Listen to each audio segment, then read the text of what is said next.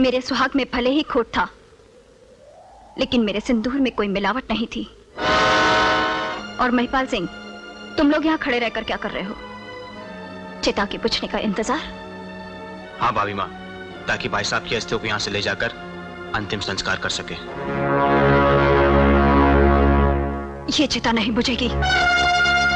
आज से मैं हवेली नहीं जाऊंगी, यहीं रहकर इस चिता को चलाती रहूंगी। ये चिता उस समय तक चलती रहेगी जब तक जीवा जिंदा है। अपने भाई की चिता देखकर भी आप लोगों के खून में उबाल नहीं आया तो हवेली जाकर चूड़ियां पहन लीजिए। बस भाभी माँ बस। औरतों के तानों से तो बर्फ से भी शोले उठने लगते हैं, और फिर हम तो खानदानी महल पुत्र हैं।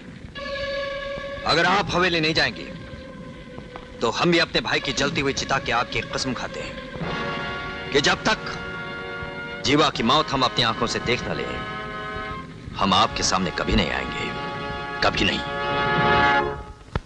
लिहाजा ये अदालत जीवा को दफा 302 के तहत उम्र कैद की सजा देती है।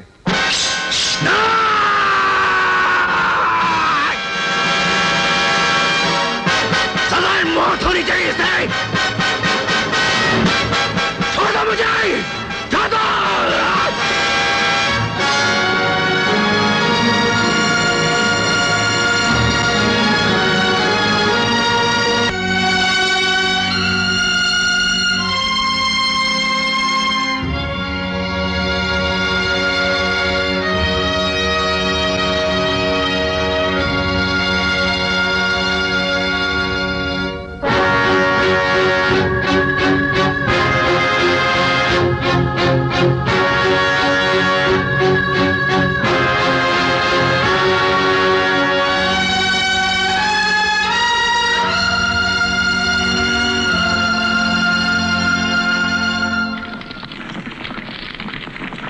तुम लोग जिस वंश में पैदा हुए हो, उस वंश के लोग मौत से आंखें मिलाकर बात करते हैं।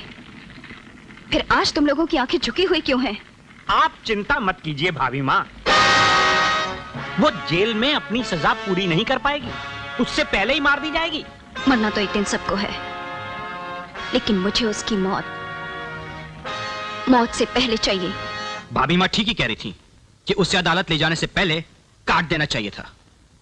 सांप तो घुस गया बिल में, अब लाठी पटकने से क्या फायदा? पोजीशन ये है कि जीवा जेल में है। अब हमें जो कुछ भी करना है बड़े सोच समझ के, बड़े आराम से करना होगा, समझ गए? प्रशांत, बताओ भाभी माँ के सामने क्या चीज जलती है? आग। आग नहीं, हमारे खानदान के नाम पर जलता हुआ दाग है, जिसे जल्द से जल्द किसी भी कीमत पर मिटा देना होगा।